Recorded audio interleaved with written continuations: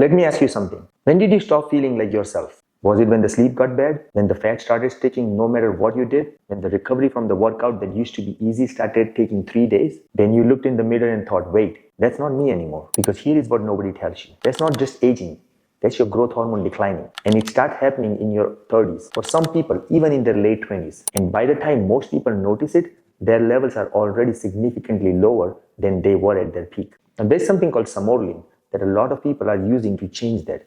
Not synthetic growth hormone, not steroid, not anything that shuts your body down. This is a peptide that literally signals your own pituitary gland to start producing more of your own natural growth hormone again. And in this video, I'm going to break down exactly what happens month by month. From the moment you start taking Sermorelin, what you will feel first, what takes longer, what most people mess up, and what the science actually says about all of it. If you've been curious about Sermorelin or you're already on it and wondering what to expect, stay with me, because this timeline is going to change the way you look at the whole process. Most people think Sermorelin is just a version of growth hormone. It's not. And that difference actually matters a lot. Let's start with what this actually is, because I think a lot of people have the wrong picture in their head. Sermorelin is a synthetic version of growth hormone releasing hormone, GHRH. It's a 29 amino acid peptide that mimics what your hypothalamus naturally produced to tell your pituitary gland to make growth hormone. So when you take Sermorelin, you are not injecting growth hormone. You are sending a signal, and your own body is responding to that signal and producing the growth hormone itself, naturally, your own. Why does that matter? Because your body still controls the output. It still has its own feedback loop. It won't overproduce. It won't suppress your natural axis the way exogenous HGH can. And this is one of the main reasons it becomes so popular in functional medicine and anti-aging clinic over the last decade. Now, growth hormone itself doesn't do everything directly. A lot of its benefit comes through something called IGF-1, insulin-like growth factor 1, which is produced in the liver in response to growth hormone. IGF-1 is what drives muscle protein synthesis, fat metabolism, cell repair, and a whole list of other things. So when Sermorelin raises your growth hormone, your IGF-1 goes up, and that's where the cascade of changes begins. This is not a quick fix. This is not a drug you take for 2 weeks and everything is different. This is a biological process you are restarting. And like anything biological, it has a timeline. If you have tried everything, better sleep, cleaner eating, consistent training, and you still feel like you are running on empty, this might be why. So who actually starts Sermorelin and why? Most people coming into clinic for this are between 35 to 65 years old. Some are athletes or gym goers who have noticed their recovery and body composition has changed. Some are executives or high performers whose energy and cognitive sharpness just aren't what they used to be. Some are people who have tried everything, better sleep, hygiene, optimized nutrition, consistent training, and still feeling like they are running on empty. The most common complaint I hear are low energy that doesn't respond to caffeine anymore, stubborn fat, especially around midsection, poor sleep or never feeling rested, slower muscle recovery, declining libido, brain fog, and that general sense that your body just isn't operating the way you used to. And what they want is not extreme. They're not trying to look like they're 22 again. They just want to feel capable. They want to have energy in the evening. They want to wake up rested. They want their body to respond again when they put in the work. That's the sweet spot for Sermorelin. That's the person who tends to respond best and stick with it long enough to actually see the full picture. Month 1 on Sermorelin, here is what actually happens and why most people get this completely wrong. Okay, month 1 on Sermorelin. Let's talk about what actually happens. First, I want you to lower your expectation for what you will see in the mirror. Not because nothing is happening, but because month 1 is almost entirely internal. Your body is just beginning to recalibrate. Growth hormone pulses are starting to increase. IGF-1 is slowly rising. The machinery is warming up. The number one thing people notice is first, and this is very well documented, is improved sleep, deeper sleep, quality sleep, longer time in slow wave sleep, which is the deep restorative stage. Most vivid dreams, waking up actually feeling like you slept. This makes complete sense physiologically because growth hormone is predominantly secreted during slow wave sleep. So as the hormone increases, sleep architecture improves with it. It becomes a positive feedback loop. Some people also noticed a mild but real uptick in energy. Not the jolt, not like caffeine, more like a baseline lift. You are not dragging as much as in afternoon. You feel a little more motivated. Some people even report a slight improvement in mood and outlook. There may also be an early sign of fat mobilization, meaning your body is starting to shift from storing to burning, but it's subtle. You are not going to see it in a week 2. You might feel it little in a week 3 or 4. One more thing that sometimes shows up in month 1, improved hydration and skin texture. Growth hormone has a known effect on water retention at the cellular level. So some people notice their skin looks slightly more hydrated, and less dull. It is the mistake most people make. They are on day 21. Nothing dramatic has changed visually, and they start second guessing. They stop and they miss everything that's coming. Month 1 is about foundation. Don't blow it by expecting the building before the foundation is even set. Month 2 on Sermorelin is when people start saying, wait, something is actually different. Here is what's changing and why. Month 2 on Sermorelin, now we are cooking. This is where a lot of people start having the wait, something is actually different moment. The sleep improvement from month 1 are more consistent now. You are not having a good nights and bad nights. It's just reliably better. And that alone starts to change everything else, because we know sleep quality is tied to metabolism, cortisol regulation, appetite control, and cognitive performance. Energy is more sustained now. A lot of people report they are getting through their full day without the afternoon crashes. They are more present in the evening. They're actually doing things they used to put off because they were too tired. In the gym or in the physical activity, recovery starts to improve meaningfully. The soreness after a hard workout doesn't linger as long. You are able to train more consistently because you are not spending 3 days recovering from one session. Muscle tone starts to respond better to the work you are putting in. Skin quality continues improving.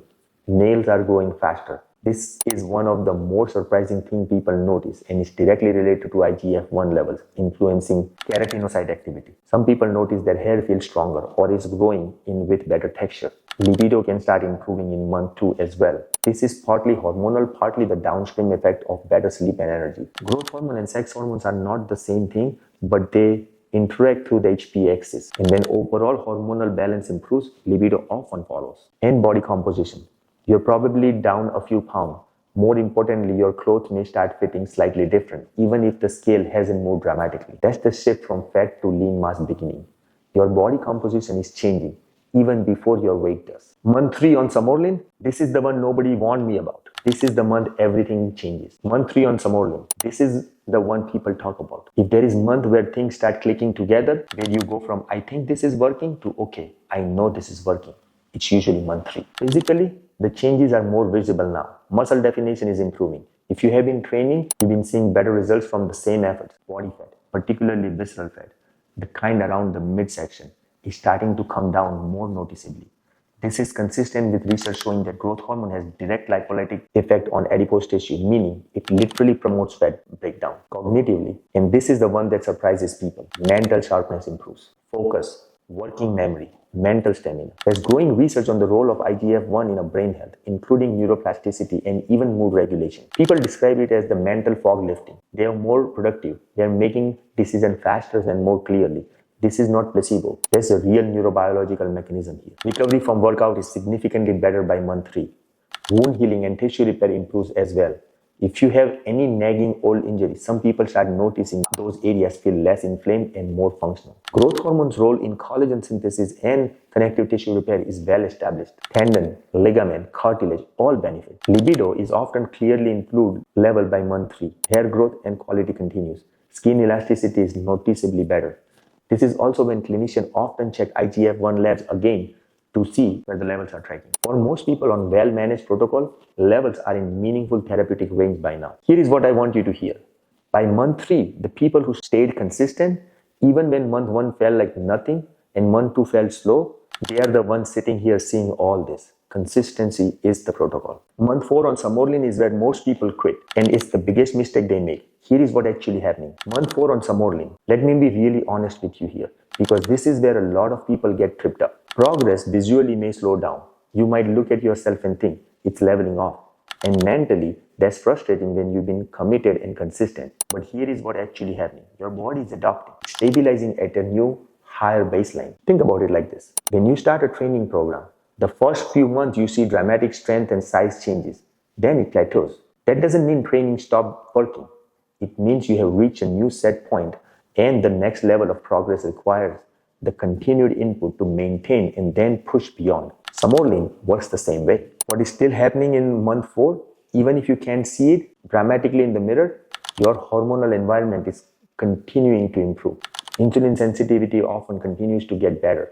Bone density, which you cannot see but absolutely matters long term, is slowly improving. Cardiovascular function, including cardiac output and exercise capacity, continues to benefit from the sustained elevated growth hormone. Month 4 is the mental game.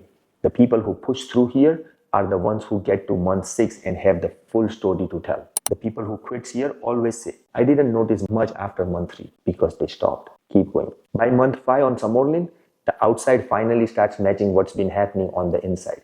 Here is what people are actually seeing. Month 5 on Sermorelin, the outside starts catching up to the inside. This is where the visible changes comes back in the bigger way for a lot of people.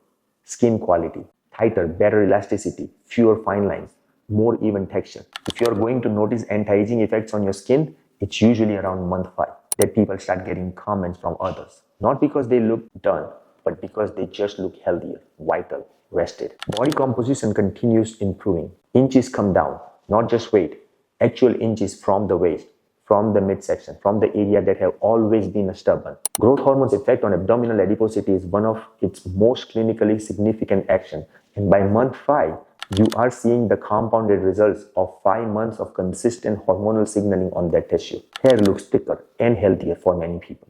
Nails are stronger. These are all IGF-1 driven improvement in the tissue quality. Energy is now just part of your baseline. You don't notice it the way you did in month 2 because it's just how you feel now. That's the goal. You shouldn't have to celebrate having normal energy. It should be just your normal. Libido is strong and consistent. Mental performance is maintained or still improving. Training performance is up. Recovery is fast. Month 5 is where people become believers who talk to the others about this. 6 months on Sermorelin, this is what the full picture actually looks like and why the people who made it here never want to go back. Month 6 on Sermorelin, you are at the full picture now. And when I say full picture, I mean the compounded results of 6 months of your own body producing elevated, optimized growth hormone consistently. All of those small daily changes stacked on top of each other are now visible as a whole.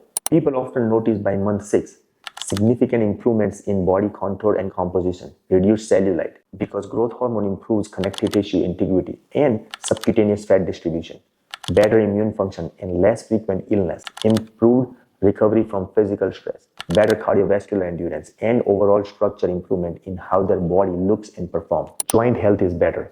Old aches feels less constant. The anti-inflammatory and tissue repair effects that started in month 3 have had 6 months to accumulate. There's also physiological dimension to month 6 that's hard to quantify but very real. People feel more like themselves again, more capable, more confident, not because of some dramatic physical transformation, but because their body is functioning better than they know it. That's a groundedness that comes with feeling well. And from the lab perspective, IGF-1 levels are typically well optimized by month 6 on a properly managed protocol. That's the benchmark clinicians look at to confirm the therapy is working and appropriately dosed. Sermorelin is one of the most powerful tools in the functional medicine right now, but there's something nobody's telling you about how to actually make it work. Alright, let me be really straight with you for a second.